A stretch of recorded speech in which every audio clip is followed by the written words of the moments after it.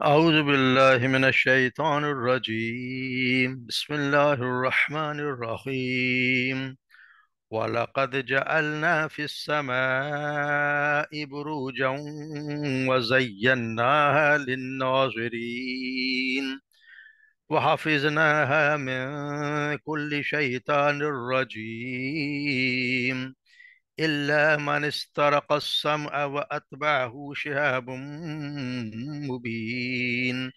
والأرض مددناها وألقينا فيها رواسي وأنبتنا فيها من كل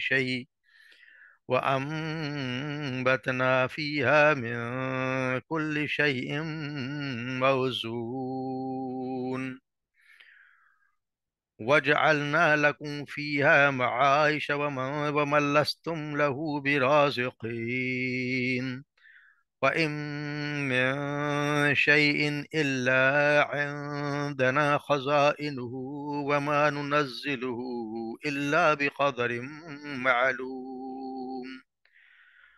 وأرسلنا الرياح لواقها فأنزلنا من السماء ماء فأسقيناكموه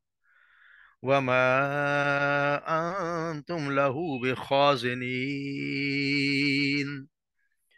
وإنا لنحن نحيي ونميت ونحن الوارثون ولقد علمنا المستقدمين منكم ولقد علمنا المستأخرين وإن ربك هو يحشرهم إنه حكيم عليم صدق الله العظيم وَلَقَدْ جَعَلْنَا فِي السَّمَاءِ اور بلا شبہ یقیناً ہم نے بنائے بروجم برج وزینا آسمان میں وزینا اور زینت دی ہمیں یعنی اس کو سجایا للناس دیکھنے والوں کے لیے انہیں مزین کر دیا وہ حافظناہا اور ہم نے حفاظت کی ان کی من کل شیطان الرجیم ہر شیطان مردود سے ہم نے ان کو محفوظ کر دیا الا مگر مانس جو کوئی سن لے چوری چھپے سما سن لے وَأَتْبَعَهُ شِهَابٌ مبین پر اس کا پیچھا کرتا ہے شہاب مبین سہاین شہاب ایک روشن شعلہ اس کا پیچھا کرتا ہے والارض اور زمین مددناہا اور زمین ہم نے پھیلایا اسے وَأَلْقَيْنَا اور ہم نے اس میں گاڑ دیے فی اس میں رواسیا پہاڑ انبتنا اور ہم نے اگائی فیہا اس میں من کل شیئن ہر قسم کی ہر چیز سے موزون مناسب مقدار وجعلنا اور ہم نے بنائے لکم تمہارے لیے فیہا معاش فیہا میں تمہارے روزی کا سامان اس میں ہم نے تمہارے لیے بنایا وَمَن لَّسْتُمْ لَهُ برازقین اور جس کی تم جن کو ہرگز روزی دینے والے نہیں ہو لستم نہیں ہو لہو تم نہیں ہو لہو اس کے لیے برازقین ہرگز روزی دینے والے رازق ان کے نہیں ہو وَإِن مِّن شَيْءٍ اور ان من شَيْءٍ اور اگر نہیں ہے کوئی چیز الا مگر عندنا ہمارے پاس خزائنہ اس کے خزانے ہیں وما ننزلہ اور نہیں ہم نازل کرتے اسے الا مگر بقدر ایک معلوم ایک مناسب مقدار میں یعنی کہ جس کا معلوم ہو اتنی مقدار میں ہم اس کو نازل کرتے ہیں وہ ارسلنا اور ہم ہم نے بھیجا ریح ہوا کو لواقہ بوجھل بنا کر فانزلنا پس ہم نے نازل کیا یا اتارا من السماء آسمان سے ماء پانی فاسقیناکم پھر ہم نے پلایا کمو تمہیں اس سے بس ہم نے اس سے تمہیں پلایا وما انتم اور نہیں ہو تم لاہو اس کے خازنین یعنی اس کو تم خزانہ روکنے والے اس کو جمع کرنے والے تم ذخیرہ کرنے والے تم نہیں ہو وَإِنَّا اور بے شک ہم لَنَحْنُ یقیناً ہم ہی پیدا کرنے والے ہیں پیدا کرتے ہیں وَنُمِيتُ اور ہم ہی موت دیتے ہیں یا موت دیں گے وَنَحْنُ الْوَارِثُونَ اور ہم ہی وارث ہیں ہم ہی یعنی ہر چیز کے مالک ہم ہی ہیں۔ وَلَقَدْ، اور یقیناً، یہ بلا شبہ یقیناً، عَلِمْنَا، ہم نے جان لیا، مستقدمین ہم جانتے ہیں، جان لیا، مستقدمین یعنی جو پہلے گزر جانے والے ہیں، منکم تم میں سے، وَلَقَدْ، اور بلا شبہ یقیناً، عَلِمْنَا ہم نے جان لیا، مستاخرین جو اس کے پیچھے آنے والوں کو بھی ہم نے جان لیا ہے۔ وَإِنَّ رَبَّكَ، اور بے شک آپ کا رب، ہوا یحشرہم، وہ ہے جو انہیں جمع کرے گا، انہ حکیم علیم، اور وہی سب بہت بہت بڑی حکمت والا اور خوب علم والا ہے۔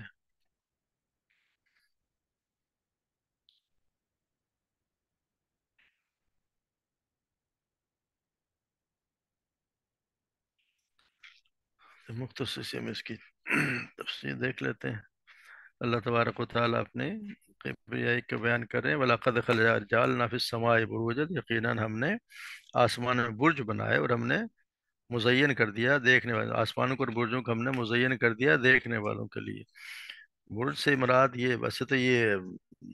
ایک ان آیات میں سے آیت متشابہات میں سے ہیں، کیونکہ ان کا اصل میں حقیقت برجوں کا کوئی پتہ نہیں کہ برج سے کیا مراد ہے، مگر پھر بھی اللہ یہاں پہ کوئی عربی اور عربی زبان میں قلعے کو یا محل کو یا مستحکم جو عمارت ہوتی ہے اس کو کہتے ہیں۔ قدیم زمانے کے برج کا لفظ جو اصطلاحاً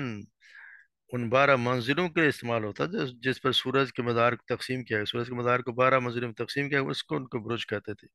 اسی وجہ سے بعض مفسرین نے یہ کہا کہ یہ قرآن کا اشارہ انہی برج کی طرف ہے۔ کچھ لوگ اس کے مراد سیارے بھی لیے ہیں، تو بس مقصد یہ ہے کہ یہ اللہ ہی جانتا ہے کہ برج سے کیا مراد ہے، مگر پھر بھی بظاہر ہم نے ان کو، اللہ تبارک کہتے ہیں، ہم نے ان کو سجا دیا، ان کو دلکش بنا دیا، منظر پہ ستاروں سے سجا دیا۔ ہم دیکھتے ہیں کہ جب ستارے چمکتے، آسمان پہ ستارے چمکتے ہوتے ہیں تو ہر کس طرح اللہ تبارک کو تعالیٰ روشن کر دیا ہے کہ سارا عالم جگمگا اٹھا، اس سے جگمگاتا ہے۔ یعنی کہ اللہ تبارک و تعالیٰ نے کوئی ایسا ہی نہیں بنا دیا کہ کوئی بھیانک سی کوئی چیز بنا دی، بنا ایسی حسین و جمیل دنیا بنائی جس ہر طرف نگاہوں کے جذب کرنے، رات کو دیکھیں تو کتنے ستارے خوبصورت لگتے ہیں اور ہمیں چمکتے ہوئے نظر آتے ہیں۔ اور پھر اللہ تعالیٰ نے یہ بتا دی اللہ، اور وہ پھر ہم نے وَحَفِظْنَاهَا مِن كُلِّ شَيْطَانٍ رَجِيمٍ، اور ہم نے اس کو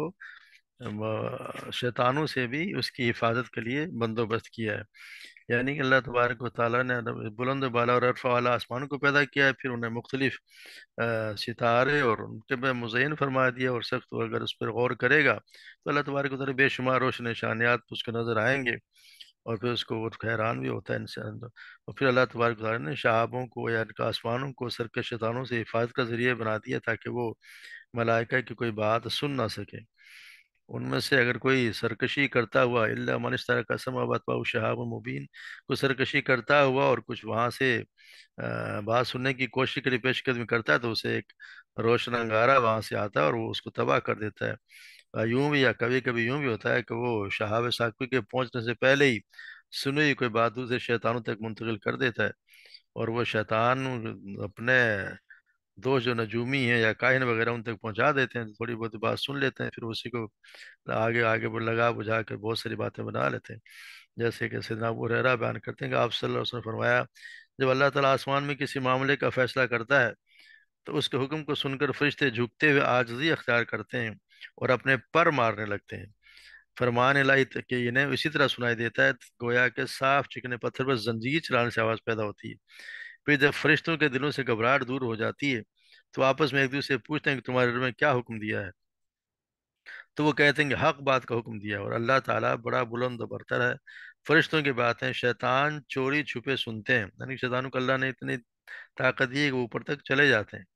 اور یہ شیطان اس طرح اوپر چلے جیسے یہ انگلیاں۔ پھر کبھی یا تو باتیں سننے والے شیطانوں کو قبل اس کے کہ اسے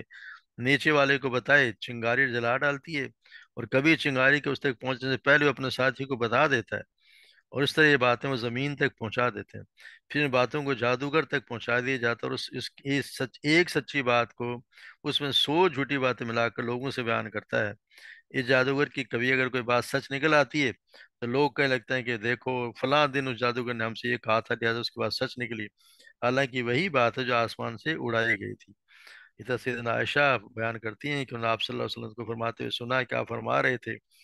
فرشتے ابر میں آ کر ان کاموں کا تذکرہ کرتے ہیں جو دنیا میں ہوں گے، تو شیاطین ان میں سے کوئی ایک آدھ بات سن لیتے ہیں اور اسے کاہنوں کے کان میں اس طرح ڈال دیتے ہیں جیسے شیشے میں کوئی پانی وغیرہ ڈالا جاتا ہے، پھر وہ کاہن اس میں سے 100 جھوٹ کا اضافہ کر کے بیان کرتے ہیں۔ تو یہ اس طرح کی باتیں ہوتی ہیں جو یہ تھوڑا بہت سنگن لیتے ہیں، اوپر جاتے ہیں اور پھر ان کو وہاں سے مار بھگایا جاتا ہے۔ ہوتا ہے کبھی کبھی یہ ہے کہ کوئی بات سن لیتے ہیں تو پھر وہ اپنے دوستوں تک پہنچا دیتے ہیں۔ تو حافظ نہ من کل شیطان الا من استرق اس سما اتباع شہاب ثاقب، اگر کوئی تھوڑی بہت سننے کی کوشش کرے اس کو شہاب ثاقب اس کا یعنی کہ انگارہ اس کا پیچھا کرتا ہے۔ پھر اللہ تبارک و تعالیٰ زمین کے متعلق والارض مددناها والقینا فیها رواسي انبتنا فیها من کل شیء موزون، کہ زمین کو ہم نے پھیلایا، زمین کو ہم نے پھیلا دیا، اس میں پہاڑ رکھے، القینا فیها رواسي فانبتنا فیها من کل شیء، اور ہر نپی چیز اگائی اور ہم نے تمہارے لیے اس میں روزیاں بنائی ہیں۔ یعنی اللہ تبارک و تعالیٰ نے ہر چیز کو، یہ بھی اللہ تبارک و تعالیٰ قدرت کا ابھی بیان جاری ہے کہ زمین کو انسانوں کے لیے فرش بنا کر پھیلا دیا، بڑے بڑے پہاڑوں کو اس کے اوپر جما دیا تاکہ وہ حرکت نہ کرے، اور اپنے اللہ تبارک و اپنے حکمتوں کے تقاضے کو اس میں پودے بھی لگا دیے، اس میں کوئی نہ کوئی چیزوں میں کوئی شخص کمی کر لا سکتا اور نہ زیادتی، ایک بڑی عمدہ ہے اللہ تبارک کیفیت میں انہیں پیدا کیا ہے، اور انسانوں کے کھانے پینے پہننے کی چیزیں جتنی ضروریات زندگی ہو سکتی ہیں سب کو اللہ تبارک و تعالیٰ نے زمین مہیا کر دیا ہے۔ اور یہ اللہ تبارک و تعالیٰ نے خاص حساب سے ان چیزوں کو بنایا، یہ نہیں کہ جی ایک جیسے اگر کسی چیز کو اگر جیسے اللہ تبارک و تعالیٰ نے جیسا رکھیں کہ ایک اگر پودے کی اگر آپ دیکھیں تو اس میں اتنا تناسل میں اتنی طاقت ہوتی ہے کہ اگر صرف اسی ایک پودے کی نسل کو زمین پر بڑھنے کا موقع مل جائے تو چند سال کے اندر اندر روئے زمین پہ بس وہی نظر آئے، وہی کچھ نظر آئے، باقی کسی دوسرے قسم کی نباتات کی تو کوئی جگہ ہی نہ رہتی۔ مگر اللہ تبارک حکیم اور قادر مطلق کا سوچا سمجھا منصوبہ ہے جس کے مطابق بے حد و حساب اقسام کی نباتات اس زمین پہ اگ رہی ہیں، اور ہر نوع کی پیداوار اپنی ایک مخصوص حد تک پہنچے رک جاتی ہے۔ اسی طرح اگر آپ دیکھیں تو ایک مچھلی لاکھوں انڈے دیتی ہے، اگر وہ سبھی مچھلیاں بننے لگے تو ایک ہی قسم کی مچھلی اتنی ہو جائے کہ زمین پہ رہنے کے لوگوں کی جگہ ہی نہ بچے۔ تو لیکن اللہ تبارک و تعالیٰ نے ایک خاص مقدار میں ہر چیز کو ایک اللہ تعالیٰ حد مقرر کی ہوئی ہے، جس کی وجہ سے نہ کوئی نباتات اور نہ ہی کوئی اور چیز اس کی قسم کی تجاوز کر سکتی ہے۔ تو صاحب جس سے دیکھیں صاحب معلوم کسی نے بھی آپ دیکھیں ہر درخت کا، ہر پودے اور ہر بیل بوٹے کے لیے جسم ہے، قد ہے، شکل ہے، پیداوار کی مقدار، پورے ناپ تو حساب کتاب کے شمار اللہ تبارک و تعالیٰ نے حساب رکھا ہوگا کہ پودا ایک ہی شکل کا ہوگا اور بہت زیادہ اس کی اونچائی بھی اللہ نے رکھی ہے، کتنا اونچا ہوگا، کتنا بڑا ہوگا اور کتنا ہی اس کی عمر ہوگی۔ تو اللہ تبارک و تعالیٰ کا ہی ایک نظام ہے جو اس نے حکیم اور علیم محسن ہر چیز کا نظام بنایا ہوا ہے، پھر ہمارے لیے اس میں ہر چیز کے من کل شیء موجود، ہر ایک مقدار سے اتنی جتنی ضرورت ہے، پانی کی مقدار جتنی ضرورت تھی وہ اللہ تبارک و تعالیٰ نے ہمارے لیے رکھ دی ہے، جیسے جس کا آگے بیان آ رہا ہے وَجَعَلْنَا لَكُمْ فِيهَا مَعَائِشَ وَمَن لَسْتُمْ بِهِ لَهُ بِرَازِقِينَ، اور اللہ تبارک و تعالیٰ اس کو ہمارے لیے رزق کا سامان بھی ہے، روزیاں بھی بنائی اس کی، تمہیں روزی تم اس کے لیے روزی ومن خلصتم لہو برازقین، اور تم ان کے لیے بھی جس کے تم رازق نہیں، تم روزی دینے والے نہیں ہو۔ انسانوں کے کھانے پینے کی چیزیں ہیں، دیگر جتنی ضروریات زندگی ہو سکتی ہیں ان سب کو اللہ تعالیٰ نے زمین پر مہیا کر دیا ہے۔ اسی طرح ہر جانوروں کے لیے بھی اللہ تبارک و تعالیٰ نے رکھ دی جو جو انسان کی ضرورت ہوتی ہے۔ اور یہ اور جس یہ رازقین کا مطلب کہ جو کچھ تو پالتو جس کے اللہ تبارک و تعالیٰ نے انسان کی ذمہ داری لگائی ہے کہ ان کی روزی مہیا کرے، یعنی خود انسان کماتا ہے، اپنے گھر والوں کو بھی کھلاتا ہے، اور کوئی جو پالتو جانور ہیں کہ ان کے لیے بھی روزی مہیا کرتا ہے۔ لیکن کچھ ویسے بھی ہیں جن کی تو روزی کا آپ سے کوئی تعلق میں لستم لہو رازقین برازقین، تم جن کے رازق نہیں ہو، یعنی تم ان کو کھلاتے پلاتے نہیں ہو، ان کا کوئی ایسی کتنی مخلوق اللہ تبارک و تعالیٰ جس کو اللہ ہی کھلاتا ہے، انسان نہیں کھلاتے ان کو، صرف اللہ تبارک و تعالیٰ ہی کھلاتے ہیں۔ تو یہ اللہ تبارک و تعالیٰ کا ایک منصوبہ ہے کہ جس میں اللہ تعالیٰ کے ایسے ایسے معاش کا ذریعہ بھی بنا دیا، اور ہر چیز کے لیے ایک پوری مقدار میں، نہ یہ بڑھ سکتی ہے نہ کم ہو سکتی ہے، ہمیشہ ہمیشہ کے لیے جب تک قیامت قائم ہوگی اللہ نے اپنے اندازے کے مطابق ہر چیز کو رکھ دیا گیا ہے۔ وَإِن مِّن شَيْءٍ إِلَّا عِندَنَا خَزَائِنُ، اور اللہ تبارک و تعالیٰ کے اس کے پاس خزانے ہیں، ہر چیز کا خزانہ ہے، مگر ہم جس چیز نازل کرتے ہیں مقررہ مقدار میں نازل کرتے ہیں۔ یہ بتایا گیا کہ اس نباتات کے ساتھ مخصوص نہیں بلکہ تمام موجودات کے معاملے میں عام ہے، ہوا ہو، پانی ہو، روشنی ہو، گرمی سردی، جمادات حیوانات، جتنے ہر قسم کے نوع، ہر جنس کے لیے ہر قوت اور طاقت کے ایک حق مقرر ہے جس پر وہ ٹھہری ہوئی ہے، یعنی ایک مقدار مقرر ہے جس سے وہ نہ گھٹتی ہے اور نہ بڑھتی ہے۔ یہ اللہ تبارک و تعالیٰ کی حکیمانہ تقدیر ہی کا کرشمہ ہے کہ زمین سے لے کر آسمان تک پورے نظام کائنات میں یہ توازن، یہ اعتدال، یہ تناسب نظر آتا ہے۔ اگر ایک قانون ایک اتفاقی اگر حادثہ ہوتا ہے، یہ کائنات اگر حادثہ ہوتی تو پھر بہت سے خداؤں کی کاریگری کا کار فرمائی کا نتیجہ ہوتی۔ کس طرح ممکن تھا کہ بے شمار مختلف اشیاء اور قوتوں کے درمیان ایسا مکمل توازن اور تناسب قائم ہوتا ہے اور مسلسل قائم رہ سکتا ہے؟ کہ اللہ تبارک و تعالیٰ ہی کے پاس ہے، اسی کے پاس اس کے سارے خزانے اور خزانے ہیں، مگر اللہ تبارک و تعالیٰ جتنی ضرورت ہے اسی کے مطابق اللہ تبارک و تعالیٰ ہی ہمیں چیزیں زمین میں اتارتے ہیں اور ہم زمین میں مہیا کرتے ہیں۔ پھر اللہ فرماتے ہیں وَأَرْسَلْنَا رِيَاحَ لَوَاقِعَ أَنزَلْنَا مِنَ السَّمَاءِ مَاءً فَأَسْقَيْنَاكُمُوهُ اور ہم نے ہوائیں بوجھل ہوائیں بھیجی، لواقع بوجھل ہوائیں وَأَنزَلْنَا مِنَ السَّمَاءِ اور وہ آسمان سے پانی لے کر آتی ہیں، یعنی ٹھنڈے ہواؤں کے ذریعے سے بادل کو جو محض بھاپ ہوتی ہے بارش کے پانی میں بدل دیتا ہے، پھر اسے زمین پر برساتا ہے، جس سے انسان خود بھی سیراب ہوتا ہے اور اپنی زمینوں اور جانوروں کو بھی سیراب کرتا ہے۔ انسان نہ اس بادل کے ایجاد کرنے اور نہ اس کے بارش کی شکل زمین پر برسانے سے بالکل عاجز ہے، نہ اسے کوئی وادیوں پہاڑوں چشموں اور کنویں تک پہنچا کر آئندہ کے لیے محفوظ کرنے کی قدرت رکھتا ہے۔ تو ہو نہیں سکتا ہے کہ سارا پانی اللہ تبارک و تعالیٰ نے ایک سسٹم رکھا ہے اور اس کو کہاں کہاں اس پانی کو اللہ نے رکھا ہوا ہے، کہ کس طرح اللہ نے اسٹور کیا ہوا ہے، ایک سسٹم بنایا ہوا ہے کہ اس کے حساب سے ہی دیکھیں گے تو ایک باقاعدہ ایک پورا نظام ہے جو اللہ تبارک و تعالیٰ نے بنایا ہے، تو اس کے حساب سے یہ چلتا ہوتا ہے، اور اسی حساب سے اللہ تبارک و تعالیٰ نے ہمیں رکھا ہوا ہے کہ کتنا کتنا پانی کتنی ضرورت ہوتی ہے، کیونکہ یہ تل پانی تو زندگی کے لیے سب سے زیادہ ضروری ہے۔ تو زمین کے ہر قسم کی زندگی کا وجود کا منبع اور سرچشمہ پانی ہے، اور بھی پانی پر ہی زندگی کے بقا کا انحصار بھی ہے۔ پانی کی اسی اہمیت کے پیش اللہ تبارک و تعالیٰ کی تقسیم و تاثیر کا ایک لگا بندھا نظام وضع کیا، جسے سائنس نے واٹر سائیکل کا نام دیا ہوا ہے۔ تو واٹر سائیکل کا ایک عظیم الشان نظام اللہ تبارک و تعالیٰ عجائبات میں سے ایک ہے۔ سمندروں سے ہواؤں تک بخارات پہنچا کر بارش اور برف باری کا انتظام کرنا، گلیشیئرز کی شکل میں بلند بالا پہاڑوں پر واٹر اسٹوریج کا اہتمام کرنا، پھر چشموں ندی نالوں اور دریاؤں کے ذریعے سے اس پانی کے وسیع و عریض میدانوں تک رسائی، اور پھر زیر زمین پانی کتنا عظیم الشان ذخیرہ اللہ تبارک نے رکھا، زیر زمین پانی ہم کتنا استعمال کرتے ہیں۔ یہ اللہ تبارک و تعالیٰ وضع کرتا وہ واٹر سائیکل ہے جس سے پوری دنیا میں ہر قسم کی زندگی کا دار و مدار ہے۔ اگر یہ پانی ہی نہ ہو تو پھر زندگی نہ ہو، مگر اللہ تبارک و تعالیٰ نے اس طرح اسٹور کیا ہوتا ہے۔ اللہ نے کہا کہ تم نہیں ہو کہ تمہارے پر وما انتم لہو بخازن، تم اس کے خزانے والے نہیں، یعنی کہ تم اس کو اسٹور کرنے والے ہو ہی نہیں، تمہارے لیے ممکن ہی ہے کہ تم اتنے پانی کو کہیں رکھ سکتے ہو، اس کو تم اس کا خزانہ دولت کے خزانہ تم مالک بن سکتے تھے۔ اس کو نہ ہمارے پاس روکنے کا کوئی سسٹم ہے نہ کوئی، اللہ ہی ہے جس نے کس کس طرح برف کی شکل میں زیر زمین پانی کو روکا ہوا ہے، اور جتنی مقدار میں قیامت تک کے لیے ضرورت ہوگی اللہ تبارک نے اسی اپنے اندازے سے قیامت تک کے لیے پانی بھی یہیں پہ رکھا ہوا ہے اور یہیں پہ اسٹور کیا ہوا ہے۔ تو اللہ تبارک و تعالیٰ ہی ہے، اسی کی یہ خاص اللہ ہی کی قدرت ہے جو اس کو سب کچھ قائم کیے ہوئے ہے۔ پھر اللہ تعالیٰ نے وَإِنَّا لَنَحْنُ نُحْيِي وَنُمِيتُ وَنَحْنُ الْوَارِثُونَ، اور ہم ہی ہیں زندگی کو اور موت ہم دیتے ہیں اور ہم ہی سب کے وارث ہونے والے ہیں، یعنی تمہارے بعد ہم ہی ہیں جو زندگی اللہ تبارک و تعالیٰ ہی پیدا کرتا ہے، اللہ تبارک و تعالیٰ سب کو مارے گا،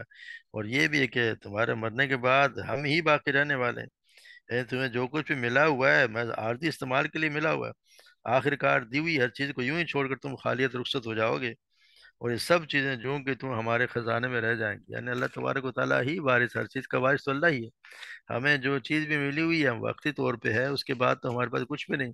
ہر انسان خالی ہاتھ چلا جائے گا۔ تو یہ اللہ تبارک و تعالیٰ ہی کا ایک نظام ہے، تو اللہ تبارک و تعالیٰ نے رکھا ہے، یہ سب کچھ جو ہے وہ اللہ تبارک و تعالیٰ سب کو ایک ساتھ جمع بھی کرے گا۔ یعنی اللہ تبارک و تعالیٰ پھر ان کی سب کی وَلَقَدْ عَلِمْنَا الْمُسْتَأْخِرِينَ